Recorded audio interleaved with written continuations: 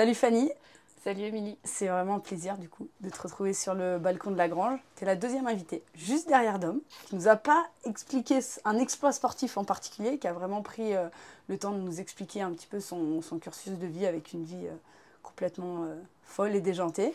Et toi, du coup, tu viens de terminer la PTL à l'UTMB, une course juste dingue pour moi. Et du coup, on va essayer de décortiquer un petit peu cette aventure que tu as fait du coup avec deux de tes amis en équipe. Mais avant même d'apprendre un petit peu à te connaître plus précisément, tu vas nous expliquer ce que ça représente et ce que c'est du coup la PTL à l'UTMB. La PTL, c'est la plus grande course de la semaine sur l'UTMB. Donc l'UTMB, c'est la course qui part le vendredi. Nous, la PTL part le lundi à 8 heures. Et c'est une course en équipe et en autonomie, où on fait 300 km avec 25 000 de dénivelé. Et donc le parcours, ça fait le tour du Mont Blanc en passant par les trois pays, France, Suisse et Italie. Euh, le parcours se fait avec une trace GPS, donc il n'y a pas de balisage. Donc c'est vraiment à nous à lire le parcours. Ok, je te coupe juste, mais quand tu dis lire le parcours, vous avez des montres connectées ou vous avez à l'ancienne la carte? Enfin, comment ça marche en fait vraiment concrètement quand tu dis donc il n'y a pas de balisage, donc il n'y a pas de panneau Ouais. vraiment. Ils vous donnent du coup le chemin à suivre, mais concrètement, comment vous le suivez? Est-ce que vous avez une personne dédiée dans l'équipe enfin, votre stratégie, c'est de se dire, ok, telle personne de l'équipe va vraiment vous aiguiller avec sa montre, avec la carte. Enfin, comment ça marche concrètement? Comment vous préparez en tout cas à ça? Alors on avait les trois, on avait les trois téléchargé la trace GPX. Donc Ludo sur sa montre, Seb sur sa montre aussi, et moi sur mon téléphone avec l'appli FatMap. Et donc le but c'était qu'on tourne chacun un peu sur l'orientation. Et puis en fait dans le vif de la course, ça a été surtout les garçons qui ont pris l'ascendant en fait sur l'orientation du fait par le mauvais temps. Parce que le lundi et le mardi on est parti dans la neige. Donc sortir le téléphone c'était pas possible. Et du coup la montre au poignet c'est très efficace. Ok. Donc voilà. Après à savoir que dans notre matériel obligatoire, on doit avoir un GPS. Donc moi, j'avais quand même un petit GPS en fond de sac pour au cas où. Au cas où, Voilà. ok, Mais on a plus. beaucoup utilisé les montres. Ok, Ouais. et du coup, au niveau des 300 km, évidemment, c'est de la montée, de la descente, de la montée, de la descente. Combien de sommets ça représente à peu près? Combien de sommets ça représente? T'as une idée ou pas? J'ai aucune idée. Mais beaucoup. Beaucoup, ouais, c'est bien ce qui me semblait. C'est pas juste je vais faire le sommet des Bras, je redescends et je tourne en rond pendant 300 Non, km. C'est vraiment je monte, je descends tout autour du Mont Blanc. Pour moi, c'est la vraie difficulté. ouais, Enfin, je dis pas que 300 km c'est facile à faire, hein. Bien au contraire. Mais là, la vraie difficulté, c'est l'altitude, c'est les différents sommets que tu enchaînes. c'est ça. Et puis, tu as parlé de la météo. Par n'importe quel temps, en fait, vous prenez Oui. le départ. Ouais. Et après, vous gérez comme Et vous voulez. après, c'est à nous de gérer. Donc, pour te donner une ordre d'idée, là, pour les montées-descentes, la première montée, on partait de Cham et on montait au-dessus du plan de l'Aiguille. On allait jusqu'à 2005. Ok. Donc on enquillait déjà presque 1009 de dénivelé positif tout de suite, quoi. Ok, donc ça te met Ça, en ça te jambe. met dans le bain. Voilà, ça élimine peut-être d'ailleurs certaines équipes, non? Ou pas? Non, Ça tout le monde. peut Ça peut ou ça éliminer. va? En plus, là, on est parti sous la pluie à Cham. Et puis on a très très vite attrapé la neige, presque au niveau du plan, en dessous du plan de l'Aiguille. Là, on était les pieds dans la neige. Et puis tu es déjà hors sentier, en fait, parce qu'on traverse toute une partie en pierrier. Et tu rejoins en fait le glacier des Bossons. Ok. Donc voilà, alors c'était déjà bien intense là. Après tu te dis que c'est la première journée, donc Ça va. bon voilà, tu as encore le sourire, le smile. Jusqu'ici, tout va bien. Jusqu'ici tout va bien, tu vois encore quelques petites éclaircies sur les aiguilles rouges, du coup voilà, t'en prends un peu plein les mirettes. Ok. Après ça se complique. Après, ça se complique forcément. Et ça se complique, pour moi, il y a un élément qui est, enfin, sur ce genre de course qui est vraiment intéressant, qui doit être extrêmement dur. C'est une course qui est uniquement en équipe. Ouais. Et franchement, déjà supporter quelqu'un pendant 2-3 jours, tu te dis voilà, mais là, pendant une semaine et sur des efforts qui sont extrêmement durs, c'est une course qui est uniquement ouverte en équipe. Donc le format, c'est quoi? 2-3 participants, c'est ça? C'est 2 à 3 max. 2 à 3 Et max. tu dois finir à 2 Minimum. minimum. Nous, on s'est dit qu'on partait à 3 et qu'on finissait à 3. Ok, donc s'il y en avait un à qui il arrivait quelque chose, vous auriez décidé d'arrêter? Par exemple, quelqu'un qui se fait une entorse de cheville? Peut-être, ouais. Ok. Mais voilà, c'est pas arrivé et Ouais. ouais, non. Mais ouais, vous, l'idée, c'était je commence à 3, je finis On à finit 3. à 3. Ok, Ouais. ça Ouais. c'est cool. Et du coup, comment vous vous êtes trouvé? Comment tu construis ton équipe en fait? Vous, ça s'est vraiment fait naturellement parce que vous vous connaissez depuis très longtemps. Vous êtes des challengers sur, je sais pas, sur d'autres courses. Enfin, comment du coup vous avez décidé de... Pourquoi vous trois? Alors, Pourquoi tu m'as pas invité? Je plaisante. pourquoi nous trois? Alors déjà, on fait les trois, avec un quatrième, on fait du ski de rando depuis maintenant 3 hivers ensemble. Et on a un peu la même philosophie, quoi. Voilà, partager des beaux sommets, des belles randos, enfin du bon ski. Et on est toujours, enfin entre nous, c'est toujours bienveillant. Ok, Donc voilà, c'est ce qui a un peu aussi ressenti pendant toute la PTL, c'est que tous les trois, c'était toujours bienveillant, très attentionné. Il n'y a jamais eu de coup de gueule entre nous, c'était toujours voilà, très tranquille quoi. discussion ouverte et tranquille. Voilà. Ok, Après, comment ça s'est décidé cette course, comment ça s'est décidé de faire cette équipe? C'est tout simple. En fait, l'année dernière, Seb et Ludo étaient sur la TDS. ok, Seb a abandonné pour des problèmes gastriques. ok. Et puis Ludo a continué. Et Ludo, il n'y avait personne pour aller le voir à l'arrivée. Sa femme bossait. Du coup, on a dit, bah non, on peut pas le laisser arriver à Cham tout seul, quoi. Ok, C'est triste de faire tous ces kilomètres et d'arriver tout seul sous ok, cette ouais. arche. Du coup, avec Seb, on est monté, on est allé le voir. En l'attendant, on discutait déjà un peu des courses UTMB, dont la PTL. On disait, ah ouais, bah ouais, ce serait pas mal de faire ça. Bah, la PTL, c'est un peu un truc un peu à part. C'est pas une course ultra où tu cours, c'est plutôt de la grosse marche rapide et puis enchaînée sur toute une semaine. Ludo est arrivé, on a fait une photo, tous les trois ensemble, on se tapait dans les mains. Et la femme de Ludo, Rosie, a dit ça, c'est l'équipe PTL. Ok. Voilà, Donc, c'est parti de là. c'est parti de là. Ok, trop cool. Donc, challenge. Du coup, bah, après, on a dû monter notre petit dossier, en fait. Parce Voilà, que c'était pour ma question s'inscrire, d'après, c'était comment voilà. du coup s'inscrire parce que j'imagine qu'on peut pas non plus, si on s'entraîne fort, on peut faire beaucoup de choses, mais il y a quand même, j'imagine, des critères de base de sélection Ouais. parce que ça peut être dangereux. D'ailleurs, je crois qu'il y a eu un mort sur Oui, une oui, chute. quelqu'un qui a fait un arrêt cardiaque cette année, au tout début. Ok, Après, c'est un ultra-trailer, hein, il avait 58 ans, mais ok. ça fait partie un peu des accidents qui arrivent. Ça aurait pu lui arriver Ailleurs, dans son oui, oui, oui. canapé, Mais voilà. j'imagine un peu moins de lucidité. Tu peux glisser, faire une Oui, chute oui, ouais, ouais. en haut d'un sommet. Ouais. Ça peut arriver, j'imagine, à Oui, oui. n'importe qui, Ouais, ouais. PTL ou pas PTL. Ouais, Mais ouais, ouais. du coup, les critères de sélection. Alors du coup, on a dû monter un dossier je crois que c'était octobre-novembre. Donc c'est un petit dossier d'inscription où on doit chacun remplir un petit peu notre passé sportif, notre vécu montagne. Et puis voilà, après les dés sont jetés. Ok, il sélectionne combien d'équipes? Écoute, là on était 120 équipes, je sais pas combien de dossiers ils reçoivent, mais je pense que c'est pas mal, Ok. les dossiers. Et du coup, parlons, du coup, on va profiter pour parler un peu plus de toi. Dans ce dossier, tu as écrit quoi? Tu viens d'où? Tu as fait quoi dans ta vie du plus jeune âge à maintenant? C'est quoi un peu ton parcours sportif? Alors mon parcours sportif il est assez varié en fait. J'ai fait pas mal d'alpinisme en fait et d'escalade. Ok, Donc ça c'est mon gros passé montagne. Ça m'a pas mal aidé effectivement pendant la PTL parce que finalement c'est un peu une grosse course de montagne. Voilà, ok, c'est un engagement comme tu peux t'engager sur une course en alpinisme en fait. ok. Donc toi, tu as fait des courses d'alpinisme ou tu as fait des sommets pour toi? Ou les deux? Je sais pas. J'ai fait des courses d'alpinisme, voilà, des sommets, Ok, pas mal dans le massif. Enfin, je fais de la cascade de glace, j'ai fait de l'escalade, j'ai fait voilà, des beaux sommets. Et puis après, bah, j'ai un peu arrêté tout ça. Après, je suis passée par challenge, en fait, un peu. J'ai fait du trail aussi. ok, Plutôt sur des petites distances, mais plus grosses distances. Je crois que c'était les Aiguilles Rouges. Donc, c'était 70 bornes. ok. Et puis l'éco-trail de Saumon, je me rappelle, c'était 50, et puis j'avais mis 12 heures, enfin ça m'avait paru interminable. Ok. Ok. Donc voilà.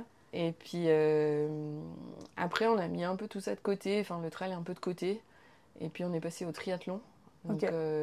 c'est un sport que je trouve, les gens vont dire que c'est un peu foufou, mais c'est un sport ultra hyper, pété. hyper ludique en fait. Ok. Je suis pas très bonne nageuse, mais c'est pas très grave. Mais après, tu enchaînes vite en fait. Tu passes de la natte, après au vélo, après à la course.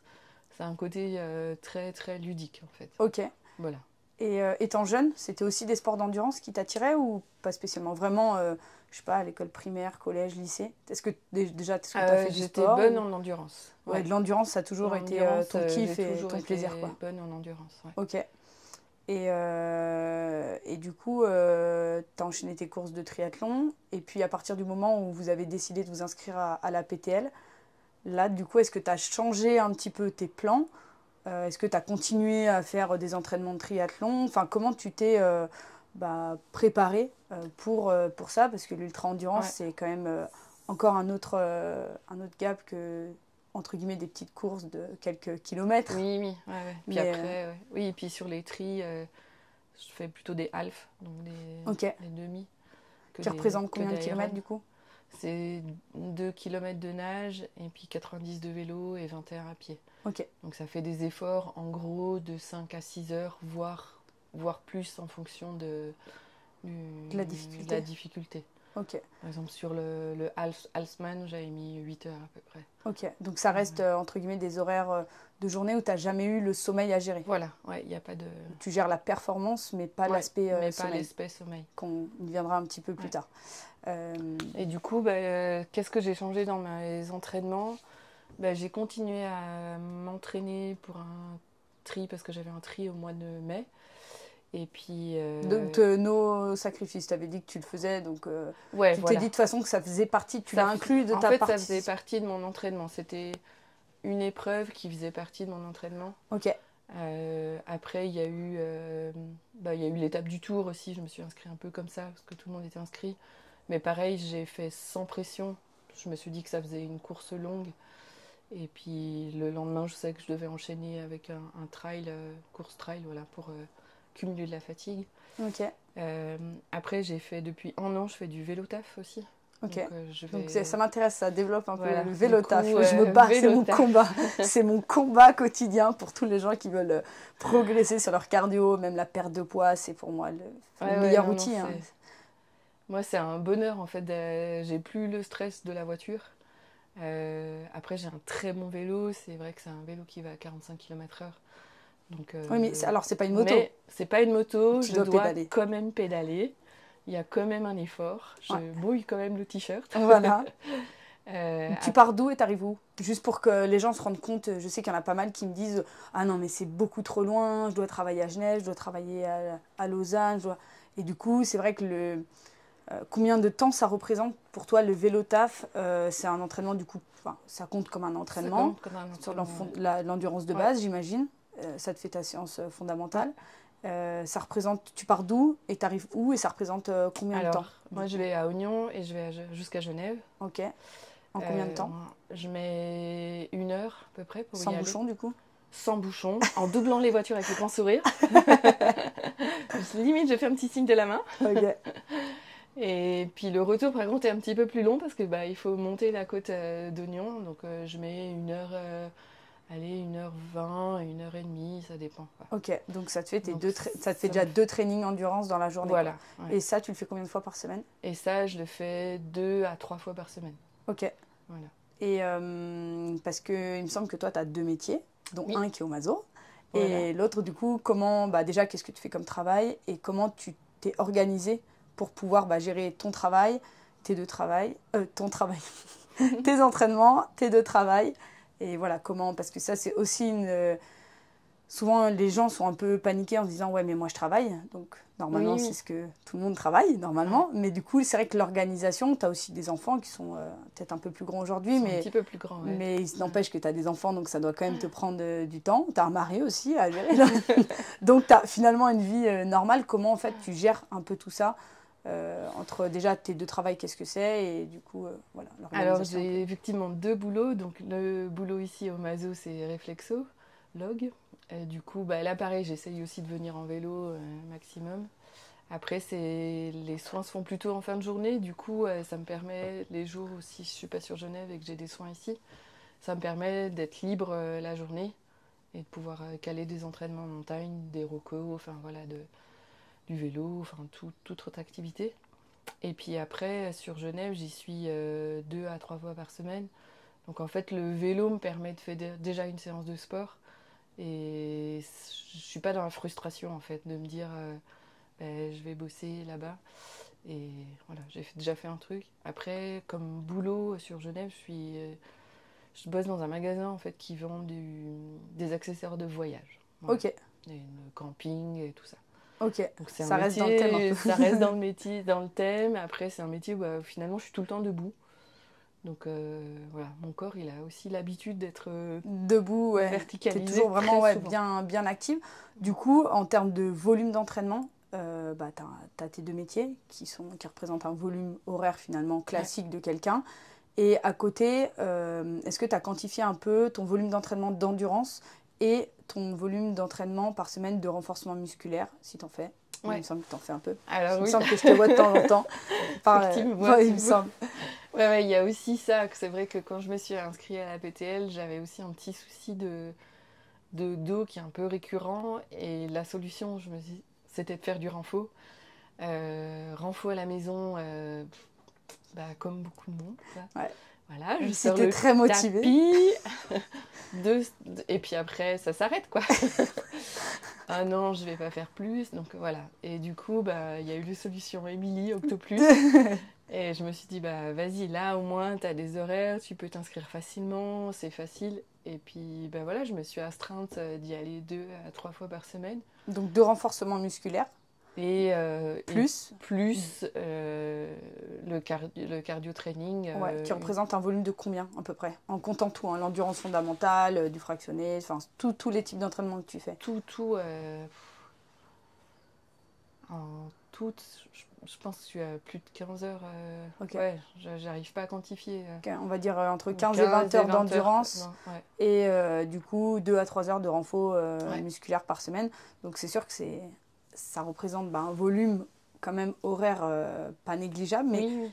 c'est vrai que si on remplace ton cardio training pour aller au travail et qu'on le met en voiture, c'est déjà, tu as une grande partie de ton volume cardio que tu arrives à faire du coup en allant au Oui, boulot. Donc ouais, ça, ouais. c'est vrai que pour moi, c'est un peu coup double. Et soit tu es assis les fesses dans la voiture et tu fais rien et tu n'es pas actif, je suis très partisane de ça. Soit du coup, tu optimises le moindre Oui, temps ouais, que ouais. tu as. Et c'est vrai que pour arriver à des tels objectifs, tu n'arrives pas par hasard pour moi sur la ligne d'arrivée de la PTL. C'est que des Ouais, gens ouais. qui ont vraiment fait des sacrifices et qui ont été extrêmement rigoureux sur leur préparation, sur leur entraînement, et du coup c'est la finalité. Alors après, des faits de course, il y en a toujours, hein. Un problème Oui, gastrique ouais, comme ouais. ton pote Seb, ça, Ouais, ouais. voilà, même si tu peux essayer de te préparer et tu as des choses comme ça, des faits que tu peux pas enlever, mais par contre c'est vrai que tu as réfléchi finalement à Ouais, tout, ouais, ouais. à tout. Et du coup, ça fait que pour moi, c'est ça qui fait que tu arrives au bout de la ligne d'arrivée, donc c'est cool. Et du coup, la suite de mes questions, c'est comment. Donc là, tu nous as un peu expliqué comment ton travail, comment tu répartissais ton travail Mhm. et ton volume d'entraînement. Mais c'est vrai que sur une course comme ça, pour moi, l'alimentation et le sommeil, franchement, si tu vas à l'arrache, je vois pas. Soit tu es un surhumain, et encore un surhumain, j'ai des gros doutes qu'il arrive quand même facile. Comment tu as géré cette partie-là? Est-ce que déjà, pour toi, l'alimentation, c'est quelque chose que tu gères ou tu fais complètement au feeling ou pas? Non, alors l'alimentation, c'est un truc que je travaille depuis longtemps grâce au triathlon. À savoir que pour le triathlon, je suis coachée aussi depuis 3 ans Ouais, aussi. Donc ça m'a permis aussi de gérer cette alimentation-là, sachant que voilà, par exemple, en tri, sur le vélo, je mange régulièrement. Donc c'est des petits bouts, hein, c'est vraiment hmm, des quarts de barre que je ouais, prends toutes les demi-heures à peu près. ouais, Voilà. pour t'alimenter. Et puis boire aussi. Je suis un chameau, alors je bois pas beaucoup. Ouais. Ça c'est le truc le plus dur à faire pour moi. Ok, Et ça m'a déjà coûté sur des courses, ok. voilà, des Mais coups de...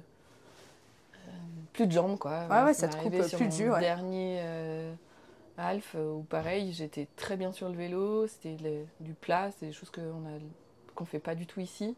Donc c'était aussi une grosse inconnue. Mais le plat, je l'ai bien géré avec une bonne vitesse. Première boucle à pied, tout allait bien. Et deuxième boucle à pied, ben là, douleur musculaire. Plus de Et carburant, ça coupe. puis ben voilà, l'analyse, ça a été que ben, j'ai pas assez bu et que du coup, les muscles, ils ont fait stop. Ok. Voilà. Donc, Rentrer au stand, c'est terminé, voilà, c'est madame. ça. Du coup, Allez. c'est des petites expériences qui Et font là, tu as que... parlé uniquement de la partie, on va dire, alimentation-course, qui est aussi, bah, pour moi, une autre partie de l'alimentation. Tu as l'alimentation, pour moi, de fond, qui est ce que tu vas manger Ouais. matin, midi, soir. Puis, après, la gestion que tu vas faire sur tes courses, comme tu l'as super bien expliqué. Est-ce que toi, du coup, tu gères que ton alimentation en course et, entre guillemets, ton alimentation au quotidien, c'est pas très grave? Non, Ou est-ce non, que toi, tu gères vraiment les deux c'est parties? un peu un tout, je pense. Si tu as un mauvais carburant avant, ben, ton carburant, il est mauvais même pour la course, quoi. Ouais, T'auras donc, t'as beau avoir beau une Porsche, prendre... ça sert à rien, elle avancera pas, voilà, quoi. c'est ça. Si tu, si tu te trompes de carburant dedans, ça marche pas, quoi. Ok, Et t'as beau, je pense, prendre tous les produits, toutes les barres qui existent. Déjà, il faut les tester. Mais c'est ce que tu manges aussi avant. C'est si tu manges que du burger, des frites. Enfin, je caricature. oui, oui, Je tu fais une grosse caricatures, bien sûr, oui, caricature, oui. mais voilà, il faut aussi faire attention à ce que tu manges avant. Du coup, alors après, moi je suis végétarienne. Enfin, je mange très très peu de viande. Ok, Je suis plus. donc ça demande d'être encore meilleur en cuisine, du coup. Du coup, j'essaye de. Alors, je mange aussi quand même du poulet et du poisson, même si voilà, je mange très peu de viande rouge Ok. en fait. Donc, je suis pas une vraie végétarienne. Ouais, mais c'est par conviction ou c'est pour quelle raison? C'est par goût. Ok, Voilà, j'ai jamais été pas- très très fan. Voilà, je ok, cuisine pas beaucoup. Et moi, il me faut des trucs faciles à faire, oh, simples. ok. Voilà. Mais du coup. Mais oui, oui, je fais attention Parce à que mon du coup, alimentation. c'est vrai qu'il y en a beaucoup qui... Enfin, je fais le rapprochement un peu avec les gens que j'entraîne ici, qui n'ont pas forcément des grands objectifs sportifs, qui ont souvent des objectifs de perte de poids ou simplement de bien-être au quotidien aussi, qui veulent juste être en forme. Et c'est vrai qu'ils me disent, ouais, bah, tu vois, je fais mes entraînements, mais après, moi, je taffe, donc en fait, je peux pas faire à manger. Ou je veux pas prendre le temps. Enfin, c'est pas je peux pas en général, Ouais. c'est je veux pas prendre le temps de faire à manger. Mais du coup, toi, comment tu t'organises? Est-ce que par exemple, tu vas cuisiner, je sais pas, une fois le dimanche pour les 3 4 jours qui suivent et tu vas faire tes gamelles et tu vas au travail avec? Est-ce que tu travailles, est-ce que tu cuisines au jour le jour? Comment toi, du coup, Ouais. tu t'organises pour gérer ça? Non, moi en fait, je m'emmène au maximum mes petits repas au boulot, que je fais souvent le matin. Ok. Ça peut être soit juste fait le matin, je suis fan de riz, du coup je mange beaucoup de pokeball, c'est Ok. mon alimentation De base. Oui, mais peu de importe, il faut quand base. même te la cuisiner. Voilà, riz ou quinoa, voilà. Après, je suis pas contre les pâtes, mais je suis moins Ok. fan. Et j'essaye de maximum de faire ça. Ok. Après, c'est vrai que de temps en temps, si j'ai pas le temps, je vais me prendre un sandwich, voilà. Mais j'essaye d'éviter, quoi, vraiment. Tu vas pas te chercher un burger par contre. Non, Non, non, ça c'est mort. je le fais.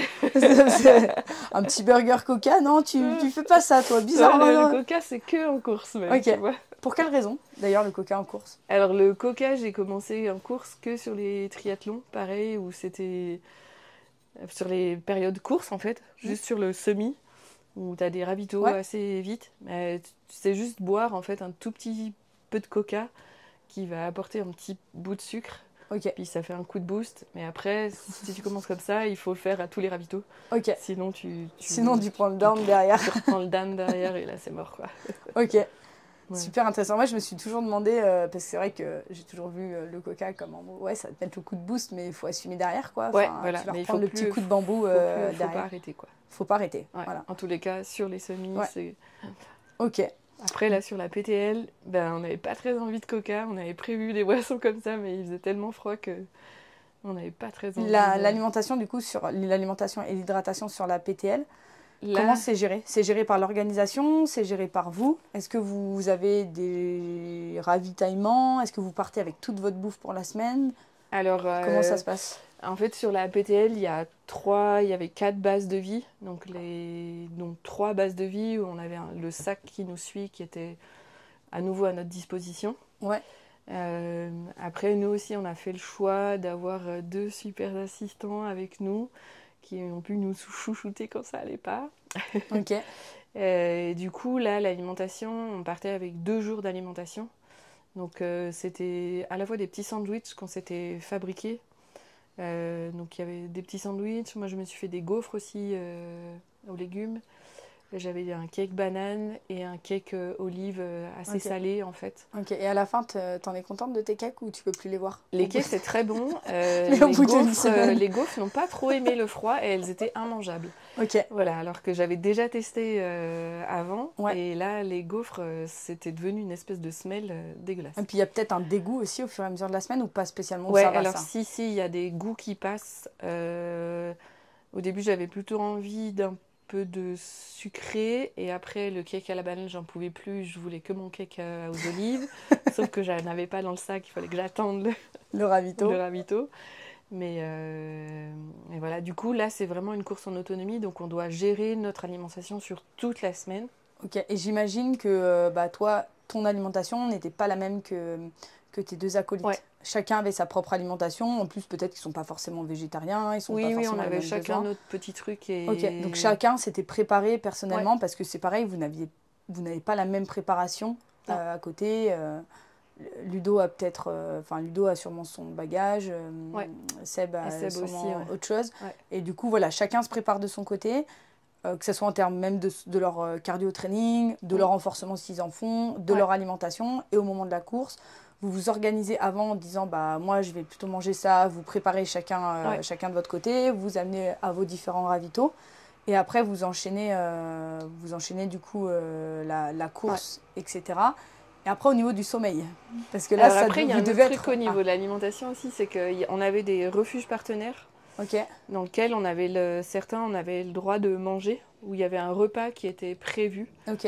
Donc voilà, donc les 3 premiers jours, c'était pas de bolo. Donc au bout du 3e refuge, les pâtes bolo, T'en peux plus? juste on n'en pouvait plus. Donc on pouvait aussi prendre pâtes toute nature, mais c'est vrai c'est que bon les pâtes nature. moi les pâtes toute nature, il y a une fois j'ai pris 3 pâtes et puis à côté il y avait une autre équipe qui avait un magnifique gâteau et là j'ai craqué pour le gâteau. Mais voilà, parce qu'il y a un moment, il faut se faire plaisir, il faut juste se dire ok là il faut mettre du carburant. T'as envie de ce gâteau, vas-y, prends ce gâteau. Et Seb aussi a craqué aussi pour ce gâteau. Parce que c'est rigolo. Mais ça nous a fait du bien et on a pu repartir. Parce que j'imagine il y a aussi ce côté psychologique qui doit faire les montagnes russes tout au long de la semaine. Surtout que vous avez eu une météo franchement qui était juste complètement délirante. Passer de plus 35 degrés la semaine d'avant à, je pense, 0, moins 5 à Cham. Ouais, 0, même moins 5, voire plus. Voire plus froid. Déjà, le corps, il doit, franchement, du coup, vous n'avez pas vraiment pu vous préparer à telles différences d'amplitude, de degrés. Et du coup, le corps, il doit un peu partir en sucette. Forcément, le côté psychologique doit être aussi difficile. Quand tu es gelé, j'imagine que tu as peut-être eu un froid à certains moments. Et en plus de ça, tu rajoutes à ça donc l'alimentation qui n'est pas, on va dire... en libre accès comme tu peux avoir chez toi, plus de moins en moins de sommeil. De moins en moins de sommeil. Du coup, comment on gère ce merdier quand même? Alors ça, le sommeil, je t'avoue que c'était la grosse inquiétude. N'ayant jamais fait d'ultra, je ne savais même pas comment j'allais réagir. On avait fait avec mon homme, on avait fait une sorte de course un peu ultra, mais on avait décidé de dormir vraiment, de couper entre. C'était aussi 300 bornes en vélo, mais voilà, on savait qu'on dormait. Du coup, tu sais que tu te reposes, quoi. Là, j'avais aucune idée de combien de temps j'allais tenir. Est-ce que j'allais d'un coup m'effondrer, comme on entend, où les gens d'un coup ils tombent de sommeil, quoi. Ils s'effondrent sur le sentier, puis donc aucune idée. On n'avait pas trop ciblé. Si Ludo nous avait fait un petit planning des temps d'arrêt. Ok. Donc voilà. Donc est-ce que Ludo avait un petit peu plus d'expérience que vous sur de la très longue distance? Ouais. Alors Ludo, c'est celui qui a le plus d'expérience sur la longue distance. Ok. Donc c'est lui qui a coaché un peu le timing de course et les projections en fait de course. En disant, ce serait bien de s'arrêter tant de tant à cet arrêt-là, tant. Et donc on s'était dit, souvent la première nuit, tu la passes un peu facilement parce que tu es encore dans l'euphorie de la course. Ok. Et effectivement, cette première nuit, on l'a passée assez facilement. En fait, j'ai été très surprise. Enfin, tous les trois, on a passé la nuit sans aucun souci. Et Ok. on savait qu'on allait jusqu'à un refuge et que là, on se poserait peut-être 5-10 minutes, un quart d'heure, ou qu'on allait dormir. En fait, quand on est arrivé au premier refuge, il y avait déjà pas mal de monde. Il n'y avait plus trop de place pour dormir. Le suivant était à 10 bornes. Donc on s'est dit, on mange un petit bout. Et puis on se pose 5 minutes sur le coin de la table et on repart. C'est ce qu'on a fait en disant on va dormir au prochain refuge. Et du coup, c'est ce qu'on a fait. On est allé jusqu'au deuxième refuge. Ok. Où là, on est arrivé, on a dormi en fait, déjà tout de suite 1 heure. Et puis mangé et reparti. Ok. Donc là, on avait déjà passé la journée du lundi dans la neige, la nuit du lundi dans la neige, début du mardi matin dans la neige. Ok. On est reparti, on était du côté de Roseland, Cornet de Roseland. Ça commençait à s'éclaircir, du coup tout le monde disait un peu c'est bon, le gros est passé, ça devrait faire. Donc effectivement ça s'est dégagé un petit peu dans la journée. Là, on avait déjà reçu un message comme quoi, parce qu'on a une balise aussi sur nous, Ouais. sur lequel on reçoit toutes les informations qu'on doit recevoir s'il y a des changements de parcours. Ok, parce que les changements de parcours, c'est quand l'organisation estime que c'est trop dangereux C'est ça. de passer à tel ou tel endroit. Voilà. Du coup, ils peuvent vous faire des bifurcations, Voilà. vous dire vous passez là au lieu d'aller Ouais. là. Quoi. Et toutes ces bifurcations, on les a déjà aussi préenregistrées. Ok. Et donc là, en partant de Roseland, on avait déjà reçu comme quoi l'indication, comme quoi on passait pas sous la pierre Mente, Ok. avec le lac d'Amour. Et parce que là, il y avait déjà trop de neige et c'était avalancheux. Ok. Du coup, on devait rejoindre un col, un autre refuge et faire juste un aller-retour. Et quand on a attaqué ce col, on s'est repris de la neige. Et là, il y avait un vent de malade. Donc là, de nouveau très froid, descente au col dans la neige, pardon, pas au col, mais jusqu'au refuge de Balme dans la neige. Là, on s'est posé un petit peu, pareil, il faisait assez froid. C'est là où j'ai mangé mes 3 fameuses pâtes et mon super gâteau. Ok. Comme quoi, ça fait du bien. Hein. Voilà, là c'est... Et on devait retourner sur nos pas pour reprendre un autre col et aller jusqu'au Chapieux.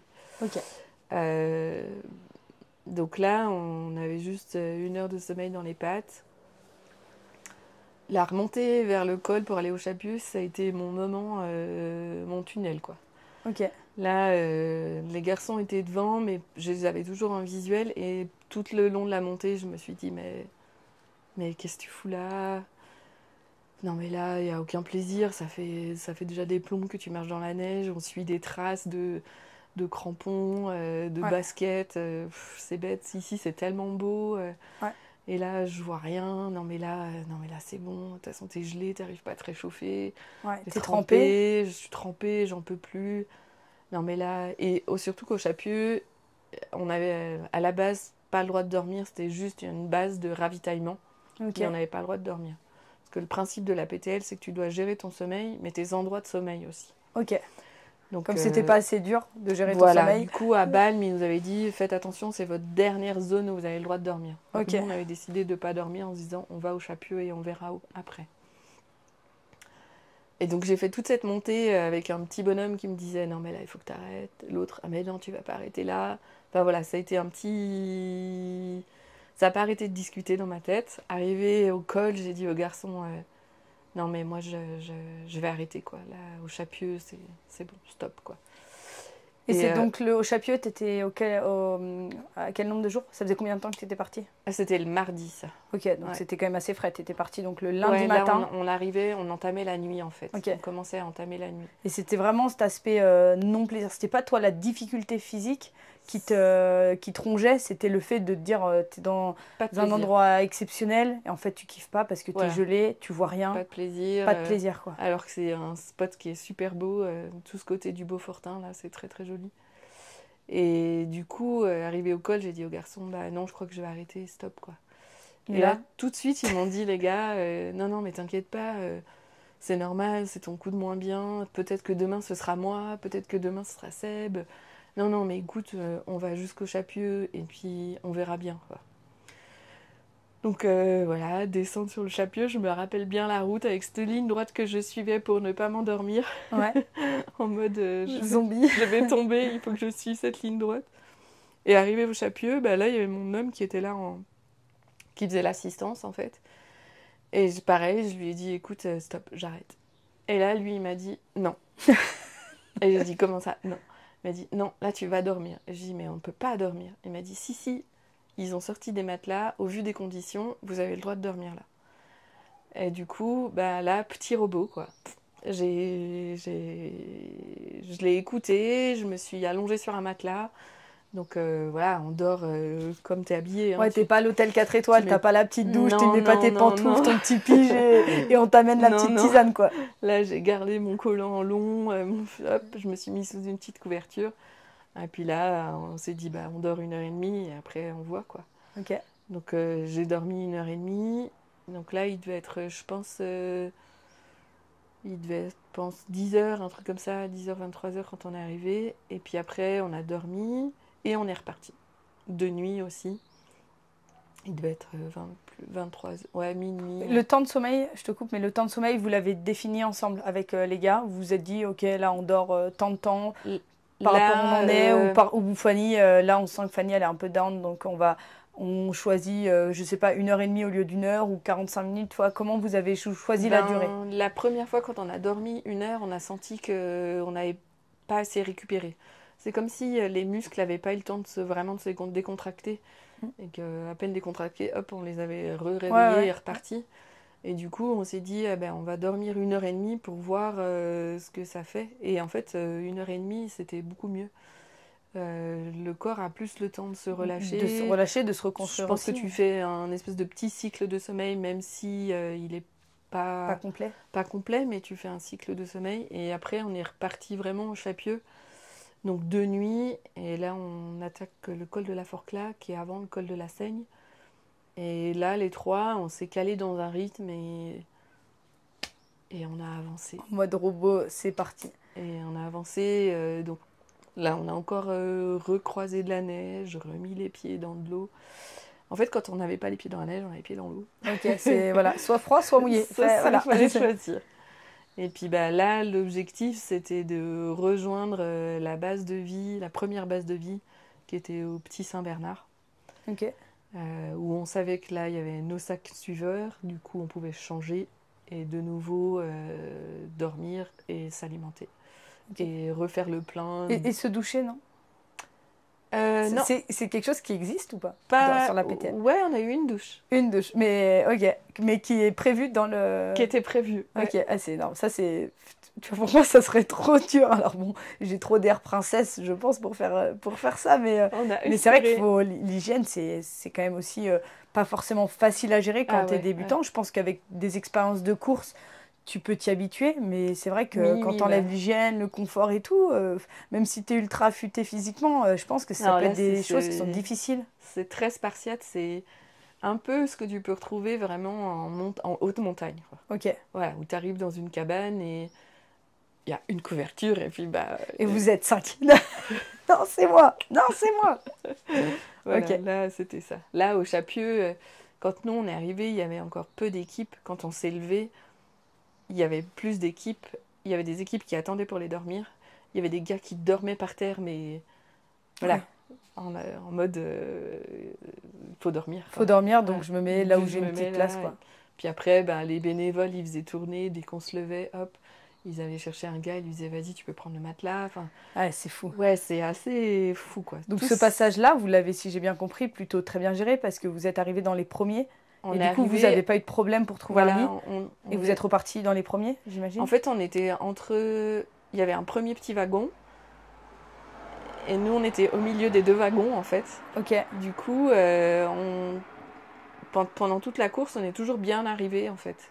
Au bon moment où on pouvait tout de suite aller dormir dans les refuges, manger assez vite. Voilà. Après, Donc, voilà. Et puis bah, après, donc Chapieux, direction base de vie 1, Petit Saint-Bernard. Donc là, une belle journée, on a enchaîné 2 beaux cols. Où c'est, voilà. Le thème aussi de la PTL, c'est un peu Dré dans le Pentu. Ok. Donc ça, du Dré dans le Pentu, on en a mangé pas mal. Et puis aussi du hors-trace, du Ok. hors-sentier. Ça veut dire quoi concrètement pour quelqu'un qui connaît pas? Hors sentier, ça veut dire que là, il faut suivre le GPS et ben tu passes. S'il faut passer au milieu du champ, il faut passer au milieu du champ. Ok. S'il faut passer au milieu du pierrier, il faut passer au milieu. Ok. Donc voilà. Du coup, bah ça augmente aussi la difficulté en fait, plutôt que du petit sentier. Ok, ouais, plutôt que du petit Tranquille. chemin qui est tout tracé Ouais. et que tu suis, quoi. Et du coup, bah, au fil de la semaine, tu nous as expliqué un petit peu ton coup de mou, puis après que c'était reparti. Est-ce que ça a touché les autres garçons de l'équipe ou eux, pas du tout? Alors oui, il y a eu après, donc on a fait la base de vie 1. Potentiellement, moi dans ma tête, je savais qu'on arrivait au bout là. Ok. Que Toi, t'avais passé le cap. voilà, j'avais passé le cap, le beau allait arriver, et puis on était à la base de vie 1, ça faisait presque 170 bornes. Du coup, on savait qu'on allait finir, quoi. Ok. Et après de... Les garçons, ils n'ont pas eu de moment de doute. Ils n'ont Non, jamais eu ils ont... aucun moment Non, je de crois se dire un pas. peu fatigué ou Alors, moins il y a eu bien. des coups de fatigue. On a eu une grosse journée où on a enchaîné 26 heures, en fait, Alors, dit comme ça paraît énorme. C'est Pourtant, débile, tu sais, tu fais what? passé. En fait, ça s'est fait assez simplement. On a dormi à un refuge en Italie, au-dessus de Morges. On a dormi... Ludo nous a offert une demi-heure de rab parce Ouh, qu'on n'a pas il est entendu le sympa. réveil. Il est sympa, ce loup. Allez, c'est grasse mat pour tout le Ouais, il monde. n'y avait pas plein de petits réveils, mais tu sais, plein de petits réveils, tu sais plus si c'est la sonnerie de Ludo ou si c'est la sonnerie de l'équipe. Ok. Puis en fait, il a vu qu'on bougeait pas, du coup, il s'est dit, ah, je rallonge d'une petite demi-heure. Donc cette petite demi-heure a été bénéfique. Mais du coup, après, on rebasculait sur notre deuxième base de vie à Morgex. Ok. Et là, on a décidé de prendre une douche. Oh, oh, Wouhou. oh. Donc Gros ça a confort. Donc, au refait bout de un combien homme. de jours? Au bout de 2 jours et demi, ça devait être, je crois, ouais. Ok. Ça devait faire. Ouais, c'est ça. C'était mardi. Donc, ouais. Tu commences à Ok. sentir un peu le fennec, mais Bon, à mon avis, vous le sentez pas. C'est les gens qui vous croisent c'est qui juste le le sentent. t-shirt, tu dis, ah, il commence à tenir tout seul. Les chaussettes, n'en parlons Ah pas. bah ouais, c'est fou. L'autre chaussette utilisée. Et du coup, bah, on a pris une douche, mangé. Et le prochain refuge était très très loin. Et il n'y avait pas de possibilité de s'arrêter entre deux. Enfin, si, il y avait une possibilité, mais en fait, il n'y avait pas d'endroit pour dormir. Ok. Donc, on a fait Morges, Saint-Rémy-en-Bosse et Saint-Rémy-en-Bosse, plan du jeu, qui est après le Grand Saint-Bernard. Ok. Et donc là, on a enquillé Morgex avec une belle arête qui était très très longue. Ouais, où tu te dis ça va, j'y suis presque, et en fait, tu vois pas le bout, c'est Voilà, ça? exactement. Et tu te retournes, tu te dis, ah ouais, on était tout là-bas tout à l'heure. Ah ouais, bon, bah, ok, c'était bien long. Et puis bah, après, arrivé à Saint-Rémy, il fallait qu'on continue. Moi, je me suis fait soigner les pieds parce que j'ai des petits soucis d'ampoule. Ah bon? Ah bon, t'as mal aux pieds après autant de bornes? Bah, tu vois, je suis étonnée, hein. Je suis vraiment étonnée. Du coup, ça fait partie de mes prochaines questions, notamment les pieds. Bah forcément, moi, je fais des fois des petites randos et j'ai déjà les pieds éclatés au bout de juste 30 km. Je fais bon, voilà. Comment est-ce que vous avez fait des préparations particulières sur vos pieds? Est-ce que les pieds se préparent avec le temps? Enfin voilà, comment ça marche concrètement pour Alors, éviter de moins souffrir possible? Parce que j'imagine que l'ampoule zéro n'existe absolument pas. ouais, non, l'ampoule zéro n'existe pas. Alors, moi, j'étais un peu la mauvaise élève des trois. Parce que les garçons sont bien préparés, les pieds avec de la crème qui s'appelle la Nox. Ouais. Et il m'avait dit, ah bah il faut mettre ça, mais je m'étais. Bah Ludo, je sais qu'il a des soucis de pied, il transpire beaucoup. Du coup, je m'étais dit, bon bah voilà, il met ça parce qu'il transpire beaucoup. C'est pas pour moi, hein? Voilà, exactement, je me suis dit ça. Et puis en fait, ben, j'ai eu des ampoules, surtout aux petits orteils en fait, qui ont été très gênantes, et aux talons. Donc, bah, il y a eu une journée où j'ai eu l'impression de marcher comme un fakir là, qui marche sur ses aiguilles tout le temps. Est-ce que la douleur, tu arrives à ne plus la sentir au bout d'un moment ou elle est en permanente là? Alors, c'était permanent en fait. À la montée, ça allait. À la descente, Un calvaire?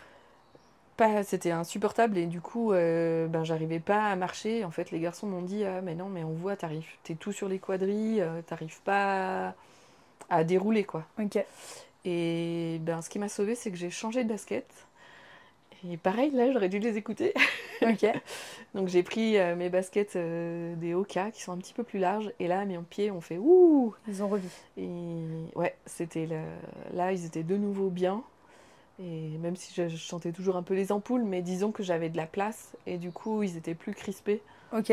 Et bizarrement, c'est cette journée-là où j'étais le mieux après. Ok. Où j'ai eu une espèce d'euphorie toute la nuit, en fait. Je sais pas si j'avais trop d'endorphines ou quoi, mais ou est-ce que la douleur a fait que d'un coup, Ouais, ça prend voilà le dessus. ça. Et c'était notre fameuse journée de 26 heures où on a dû enchaîner en fait une grosse journée et après un début de nuit, on est arrivé à 7 heures du mat en fait au refuge où on a dû vraiment dropper, refaire un autre col de nuit. Et ben, là, ça a été la journée, la nuit la plus dure pour Ludo. Ok. Il y a un moment, on lui a même proposé en lui disant bah, si tu veux, on s'arrête un quart d'heure et on repart. Et puis non, il a tenu bon et en fait, on s'est emmené, Ouais, vraiment, vous êtes les tenus. trois, on s'est tenus. Parce que c'était dur pour lui aussi à cause de ses pieds ou pour une autre raison Non, et c'était la fatigue. La fatigue. Ouais, Ok. vraiment la fatigue. Parce que du coup, pour en revenir aux pieds, du coup, eux ont fait la préparation avec la crème Noc. Ouais. Ils l'ont fait combien de temps avant? Eux, ils l'ont fait vraiment fort en avance Ouais, ou, ils ont fait, je crois, 15 jours en avance. Ok. Seb aussi. Après, ils ont quand même eu des ampoules. Hein. Ça évite pas à tout, l'ampoule zéro. Ouais, ouais. Et est-ce qu'on a une autre, par exemple, est-ce que ton métier avec la réflexologie, alors on peut, à mon avis, pas limiter les ampoules, mais est-ce que j'imagine quand même que les douleurs de pied, ça doit quand même arriver, ça doit toucher certaines personnes. Est-ce que par le biais de la réflexologie, tu peux faire un peu du post ou voilà, un peu d'avant ou après au niveau soin? Est-ce que ça peut apporter quelque chose? Ou est-ce que, comment toi tu utilises la réflexion? Est-ce que dans ce cadre-là, ça ne s'utilise pas du tout? Non, là pour les ampoules, ça L'ampoule non, mais pas, sur les douleurs, vous n'aviez pas eu du tout de douleur de pied quand tu dis que ton pied a revu, j'imagine qu'il avait gonflé un peu et du coup une chaussure plus large.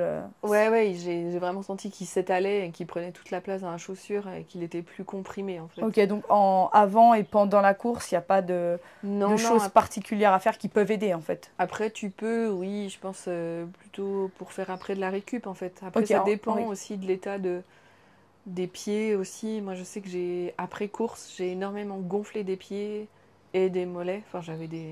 Ok. C'était plus des pieds, c'était des pieds d'éléphant. Okay. Donc là, j'étais intouchable. Enfin, c'était. Ok, ouais, tu voulais juste pas qu'on te touche. Et... Ouais. Mais après, oui, tu peux faire en prépa pour pouvoir préparer le corps un petit peu, mais après, c'est des efforts. Et après, tu as parlé des soins du coup, que vous avez fait sur vos ampoules pendant les courses. Ça consiste en quoi? Parce que je sais que j'ai pas mal du coup, de gens à la Grange qui font de la longue distance, plutôt du 40, 50 jusqu'à 80 km, qui sont sujets à des ampoules, hein, notamment Charlie qui était aussi sur une course à l'UTMB et qui a eu les pieds explosés. Est-ce qu'il y a quel type de soins tu peux apporter à tes pieds en cours de course si par exemple tu as une grosse ampoule? Comment on fait pour... Eh ben là, il te demande d'avoir de l'élasto et surtout d'avoir une aiguille avec une seringue avec de l'éosine. Ok. Tu connaissais toi avant ou pas? Avant de le faire? Non. Alors j'avais lu effectivement comment ça fonctionnait. Effectivement, tu dois percer l'ampoule, reprendre du liquide et mélanger avec l'éosine et réinjecter les l'éosine, c'est le petit truc rouge qu'on met sur les croûtes des enfants. C'est ça. Et en fait, ça assèche, ça permet d'assécher l'ampoule. Sauf que moi, je m'étais dit... c'est pas pour moi. Je me suis dit, oula, mais j'ai jamais fait ça, je vais jamais me faire ça comme ça, quoi. Ok. Déjà, juste me piquer avec une aiguille, je suis là, oups. Donc là, bon... Et je me suis dit, aux bases de vie, il y aura bien au moins une infirmière ou un kiné ou autre. Pas sur la PTL. Sauf cette année où on a eu une gentille petite infirmière qui est venue bénévolement en fait donner des soins. Ok. Donc là, ça m'a sauvée. Et à Saint-Rémy, c'est 2 médecins qui elles, là, m'ont bien soulagée aussi, pareil. Ok. Donc elles ont Et percé. tu sens, voilà, après le perçage et puis le soin, tu sens quand même une nette amélioration quand tu remets tes chaussures et que tu repars, ou la douleur, elle est toujours très intense? C'est là. Après, les pieds, ils sont vraiment strappés et tout. Ok. Donc dans mes petites La Sportiva, mes pieds strappés, ils rentraient plus. Ok. Parce que quand tu as 3 petites poupées aux orteils, ça marche plus. Et dans les Hoka, ça fonctionnait. Ok. Du coup, là, je me dis que c'est hyper important d'avoir les bonnes chaussures. Ouais. Même si j'avais testé les 2 paires. Ouais, mais les tests, si j'ai bien compris, ta préparation n'a jamais été sur de l'ultra longue distance finalement. Donc c'est vrai qu'entre faire, entre guillemets, que 10 heures de course et une semaine de course, il y a quand même une grande différence. Après, ça, pour moi, c'est aussi juste l'expérience que tu as maintenant, tu te connais mieux. Et du coup, si tu viens refaire d'autres courses, je pense que tu connais ce genre de petits détails. Et puis après, je pense qu'il y a des choses qui s'apprennent sur le terrain et qui ne s'apprennent pas dans les livres. Tu vois, les livres, on te les a partagés. La théorie, tu fais, non, je ne vais pas prendre ça, j'ai jamais fait ça. Et puis en fait, en course, tu fais, ah ben si, en fait. Et du coup, au niveau du choix du matériel, toi, est-ce que c'est quelque chose que tu as pris un peu à la légère et que tu t'es dit, ça va, je suis bien équipée? Ou est-ce que vous avez, toi et ton équipe, fait vraiment un gros travail en se disant, on prépare ça comme affaire. S'il y a cette météo, je pars avec ça. S'il y a ça comme météo, je pars avec ça. Alors non, là, on s'était quand même bien préparé au niveau vêtements. On savait que de toute façon, on allait pouvoir rencontrer à la fois un beau soleil comme de la pluie. La neige, on n'était peut-être pas prêt. Autant de neige, on n'était peut-être pas tout à fait prêt. Après, on avait dans mes choix de chaussettes, c'est vrai que j'avais à la fois 2 paires de chaussettes en laine mérinos que j'ai mis la nuit du lundi au mardi. Ça, je sais que même mouillé, les pieds restent au chaud. Ok. En fait. Après, j'ai pas de chaussures avec du Gore-Tex parce que comme ça, l'eau, elle s'évacue, ça fait pas floup-floup dedans. Je suis partie aussi avec un t-shirt technique que j'utilise l'hiver en ski de fond et en ski de rando, dans lequel je sais que je peux à la fois bouger, transpirer, mais sans avoir trop chaud et qui m'apporte juste la chaleur dont j'ai besoin. J'avais pris ma doudoune. Ça, j'ai longtemps hésité en me disant oui, non. Et en fait, au vu de la météo le lundi, je l'ai mis dans le sac. De toute façon, elle prend pas de place. T'as regretté ou pas? Et j'ai pas regretté. Parce que là, j'imagine que chaque gramme que tu ajoutes, tu te dis, bon, est-ce que je vais vraiment en avoir besoin ou est-ce que je vais le porter pour rien? Alors, c'est ça, après, on a tout. Moi, je sais que j'ai tout pesé, quoi. Vraiment, j'étais là en mode, ça pèse tant, qu'est-ce que je peux gagner, voilà. Donc, ton sac faisait combien, du coup? Je pense que mon sac faisait 7 kilos à peu près. 7 kilos? Ok. Parce que dedans, on a du matériel obligatoire qui était crampons, petits crampons de trail. Normalement, on avait baudrier et casque, mais on ne l'a pas eu tout le long de la course. Ok. Et voilà. Et puis après aussi, on avait une très bonne veste de pluie. Là, il n'y a pas à dire, c'est Gore-Tex et il n'y a que ça, quoi. Pour toi, un mauvais choix de matériel, ça peut te faire échouer la course? Ouais. Ah ouais, là, je pense que... Ok. Ouais. Est-ce que tu penses Donc là, on parle quand même d'une course extrême de 300 km. Ouais. Est-ce que tu penses qu'un mauvais choix de matériel peut te faire échouer une course? Je sais que je te pose cette question-là parce que j'ai plusieurs sportifs à Lagrange qui se préparent pour des 100 kg à peu près. Et pour moi, à ce stade-là, de mon point de vue, c'est plus de l'amateurisme, où j'estime que chaque chose que tu vas préparer va vraiment avoir un impact. Après, moi, personnellement, j'en ai jamais fait de l'aussi longue distance. Est-ce que toi, ton point de vue, est-ce que le matériel peut te faire échouer même sur du 100 kg? Un mauvais choix de matériel avec des conditions extrêmes. Un mauvais choix de matos, oui. Une mauvaise veste de pluie, tu te prends, même si c'est sur 100 bornes et que tu te prends 4 à 5 heures de pluie et que tu es trempé, à un moment, si tu n'arrives plus à te réchauffer, tu bouffes énormément d'énergie et tu peux plus avancer. Voilà. Okay. Là, on avait aussi un pantalon de pluie imperméable, ça qu'on a mis le lundi en partant, qu'on a gardé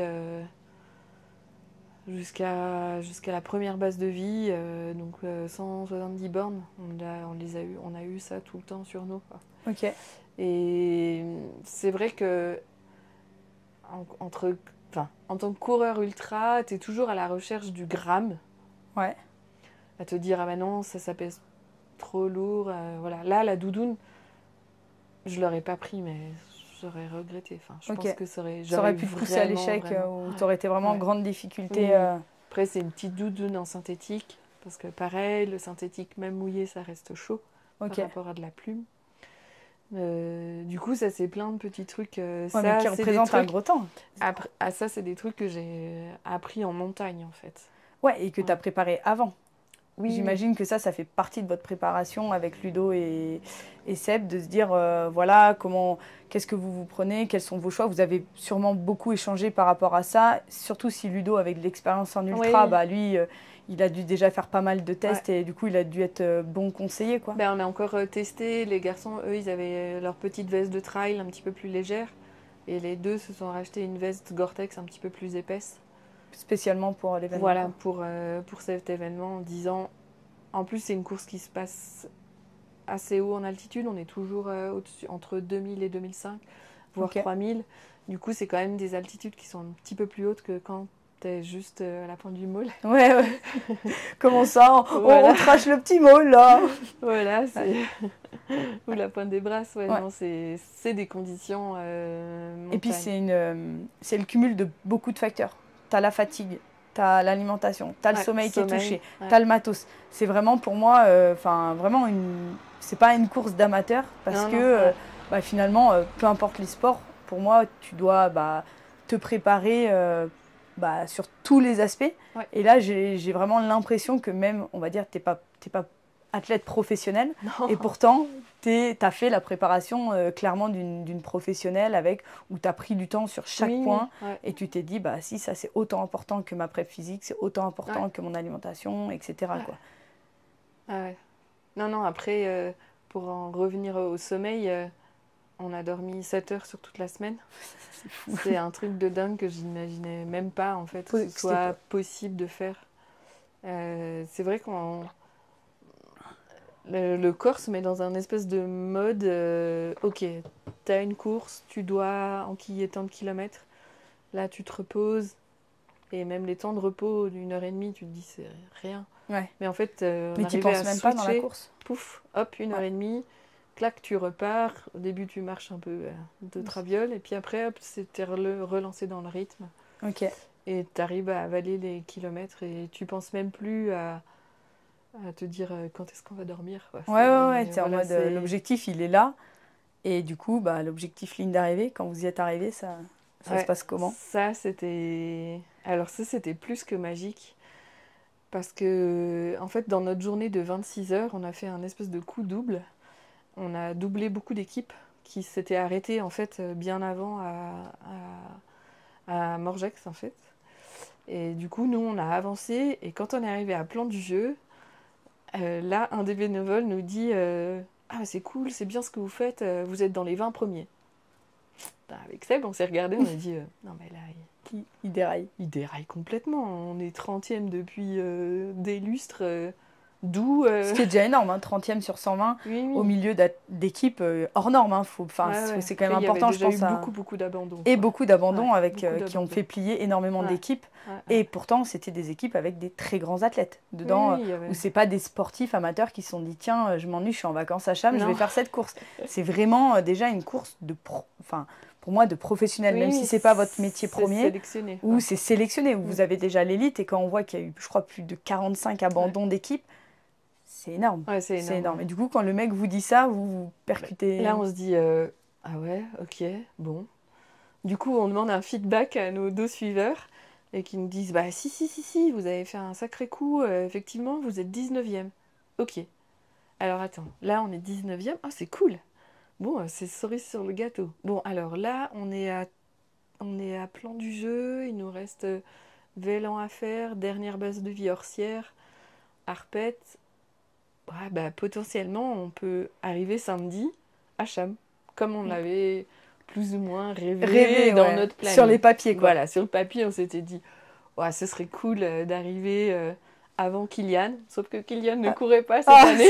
ah, le salaud, Bon, Kylian, allez. t'as Peut-être attendu. en même temps que Mathieu Blanchard. Bon, Ouais. non. Et puis on s'est dit, bah, de toute façon, on va arriver le dimanche, quoi. On arrivera le samedi dans la nuit, on se pose pour arriver le dimanche, pour qu'il y ait du monde le dimanche. Ouais, c'est vrai que l'arrivée à Cham, elle est mythique. Voilà, Ouais. si t'arrives de nuit, c'est pas top, il n'y a plus personne, c'est un peu dommage, quoi. Donc tout le monde nous avait dit, il faut que vous arriviez au pire le dimanche dans la journée, quoi. Comme ça, Ouais. vous avez du monde. Et là, on se dit, ah mais non, en fait, on peut même arriver mieux. On peut arriver le samedi. Et oui, parce que le samedi, c'était l'arrivée du coup de quelle course? Parce qu'il y avait du monde, C'était hein. de l'UTMB. De l'UTMB, la course La- mythique, quoi. la course. de The l'UTMB. course. Ok. Du coup, donc petit dodo à Orsières, où moi j'ai rêvé d'une douche. Enfin, les trois, on a rêvé d'une douche. Et là, non, il n'y avait pas de douche. Donc, et en plus, on avait une journée où on a eu bien chaud, avec une descente bien chiante dans de l'herbe. Ok. Bien longue. Mais du coup, on espérait cette douche, mais non, pas de douche. Donc tant pis, dodo. Et puis dodo. Et puis on s'est dit, ben, on part à minuit pour attaquer Fenêtre d'Arpette, qui a un beau col, bien raide, avec beaucoup de caillasse. Encore un finalement. Voilà. Un de plus. Donc on n'est pas parti à minuit, on est parti à minuit mais quart. J'ai eu un petit problème de frontal que j'ai perdu dans mon sac.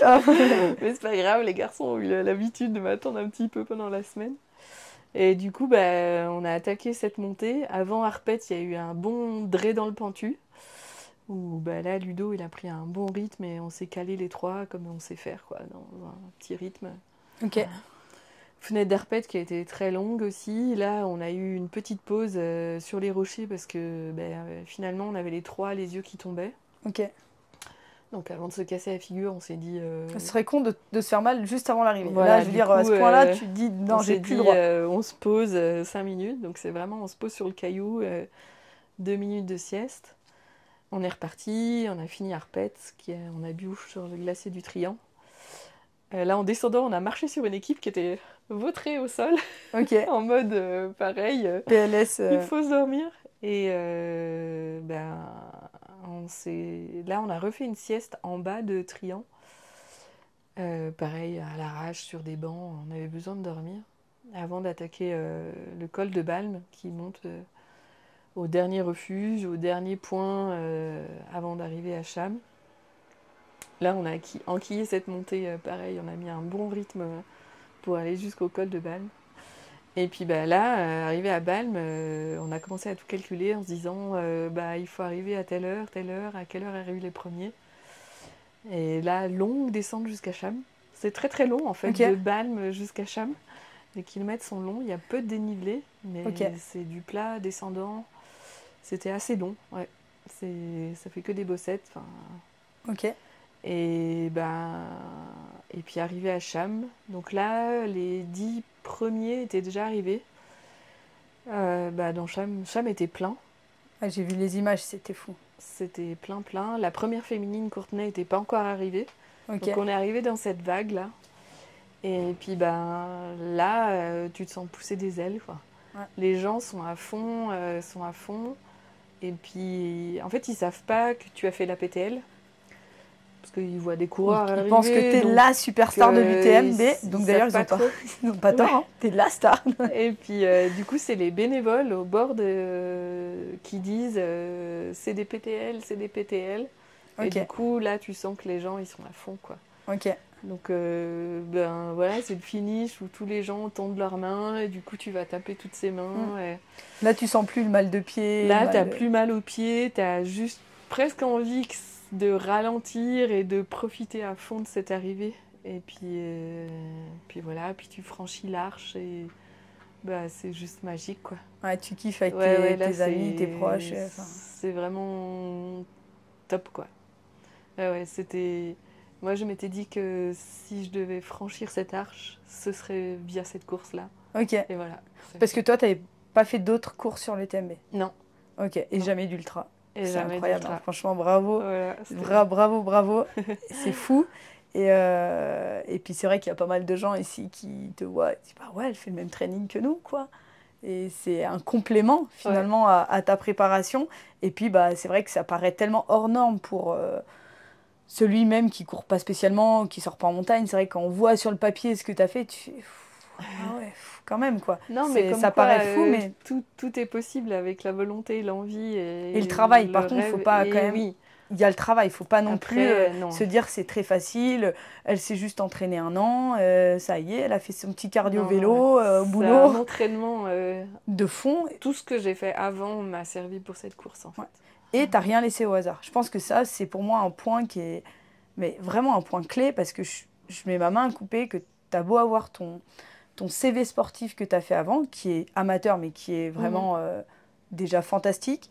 Si t'avais pas fait gaffe à ton matos, ton alimentation, ton sommeil, enfin vraiment travailler tout cet aspect-là, moi je suis sûre que tu la finis pas. Ou tu la finis pas avec autant de facilité, entre guillemets, parce que c'est vrai quand on t'écoute à l'issue de cette histoire et de ce qui s'est vraiment passé, bah, tu te dis, ouais, c'est normal, elle a eu quelques difficultés, mais il vous est rien arrivé de vraiment avec un clash d'équipe, quelqu'un qui se blesse, une fatigue vraiment profonde d'un des membres de l'équipe. Finalement, vous avez un peu tué le game pour moi Oui, parce et puis, que vous... en plus, tout le monde nous a dit il y a beaucoup d'équipes qui partent à 3 et qui finissent à 2. Ouais, où il y a un Les deux joke dans qui l'équipe, quoi. sont finis et qui sont derrière nous, justement, sont partis à 3.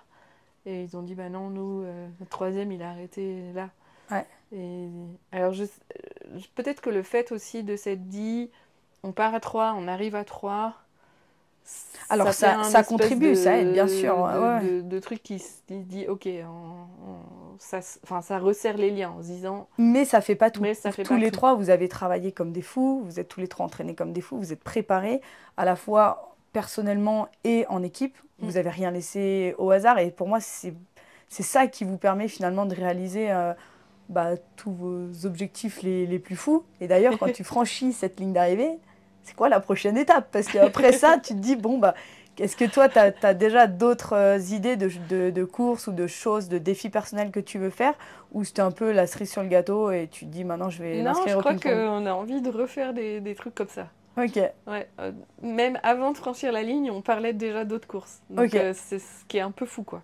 Ouais, mais c'est que vous avez trouvé votre équipe voilà, fonctionne, quoi. On s'est dit, ah ouais, on aimerait bien faire ça. Donc voilà. Après, c'est le seul inconnu que je connaissais pas, c'est l'après-course, où ça fait juste une semaine que je dors. Tout le temps, ouais. Et c'est vrai que sur le sommeil, j'ai essayé de potasser un peu, de trouver un peu des infos. Franchement, je n'ai pas trouvé grand-chose, que ce soit sur la gestion pendant la course ou l'après-course. En combien de temps ils estiment que ton corps va récupérer à 100%? Normalement, là, c'est 15 jours vraiment sans rien faire, quoi. Ok. Donc, pas de sport. Et après, une reprise au sport à l'envie. Il y a des gens aussi qui coupent carrément vraiment 1 mois, qui font rien pendant 1 mois. Ok. Après, là, c'est vrai que pour l'instant, j'ai pas la niaque pour aller reprendre des baskets, juste même pour aller faire un petit tour. Ok. J'ai pas l'envie du tout. De faire de l'endurance, finalement? Ouais, même... Mais je crois que tu es venu à vélo, là, non? Là, je suis venue à vélo. Il me semble que je t'ai vu arriver avec un casque, donc tu as quand même... Là, oui. Mais c'est du vélo plaisir. C'est du vélo plaisir. Après, même samedi, je bossais, j'ai voulu aller en vélo et mon vélo était à plat. Du coup, je me suis dit... C'est un signe. C'est un signe. Ton vélo est dans le même état que toi. D'habitude, tu l'aurais réparé. Là, tu as fait... Là, j'ai fait... Bon, non, c'est pas grave. Je vais prendre la voiture. Ok, pour la première fois de l'année, du coup. J'étais là, bon. Ok. Bon, c'est bien cool, c'est ultra intéressant. Je pense que du coup, ça va aider pas mal de personnes qui font forcément des plus petites distances, mais tu vois, si ça peut motiver déjà des gens à se dépasser un peu. Tu vois, il y a pas très longtemps, j'ai emmené Sonia pour la première fois au sommet du Mall. Elle m'a épatée. Pour moi, c'est incroyable et c'est aussi par le biais tu vois, de gens comme toi qui inspirent. Alors, il y a toi, il y en a d'autres qui font des grandes distances. Et tu vois, c'était quelqu'un qui avait jamais fait de sport de sa vie. Sa mère l'a dispensé de sport pendant étant gamine. Donc, elle a vraiment démarré le sport à 30 ans. Et là, du coup, 1 an après, elle fait le Mall. Alors, forcément, pour le... Ouais, ils vont tous dire ouais, mais c'est rien le Mall, c'est trop facile. Ouais. Mais c'est énorme. Surtout énorme. Par la verticale. Par la verticale. Et sans être au courant, et sans avoir jamais couru de sa vie, et sans être au courant qu'il allait aller. Et du coup, tu vois, ça inspire, ça les motive. Je sais qu'il y a Isa qui est partie, qui est du coup en te voyant, t'as dit mais c'est fantastique qu'elle fait, elle s'est mise à marcher. Elle a entraîné avec elle un petit peu sa pote Aurélie. À côté de ça, et je sais qu'il y a Mappy qui du coup kiffe et rêve de faire d'un trail. Et tu vois, ça fait un peu, ça fait vraiment, c'est un effet positif un peu, c'est vraiment sur toute l'équipe, chacun à son échelle. Mais c'est, voilà, toi à ton échelle parce que tu es plus avancé, etc. Mais du coup, bah, toutes les personnes qui n'avaient jamais rien fait dans leur vie et qui pensaient que c'était pas du tout accessible, bah, ils commencent un peu à mettre le pied à l'étrier et tout. D'ailleurs, quand je t'avais demandé, viens, je vais faire une interview de toi, tu m'avais dit, mais non, mais quand même, je suis pas une star, c'est rien. Enfin, vraiment, je t'assure que ça inspire beaucoup, du coup, bah, les personnes qui sont là. Et je pense d'ailleurs que ce petit échange, et bah, ça devrait aider aussi ceux qui souhaitent commencer un peu les plus longues distances, où bah, sont très amateurs encore dans leur préparation et pas dans leur entraînement, mais dans leur préparation de ce qui est à côté. Et je pense que du coup, bah, écoutez, toi, ton partage, ça va vachement les aider. Donc, un grand merci et bah, un grand bravo pour ta réussite et bah, aussi à tes coéquipiers parce que je pense que c'est vraiment un challenge qui se fait à 3 et vous réussissez à 3, tu l'avais bien résumé dès le début. Voilà, vous avez réussi tous les 3 et s'il y en avait un qui flanchait ou un avec qui ça passait moins bien, je pense que l'expérience, en fait, elle n'aurait pas du tout été comme tu nous la racontes. Donc, voilà, un grand bravo et puis bah, à très vite pour te faire transpirer par ici. Hein. Pas de souci. Merci. Salut. Ciao, ciao.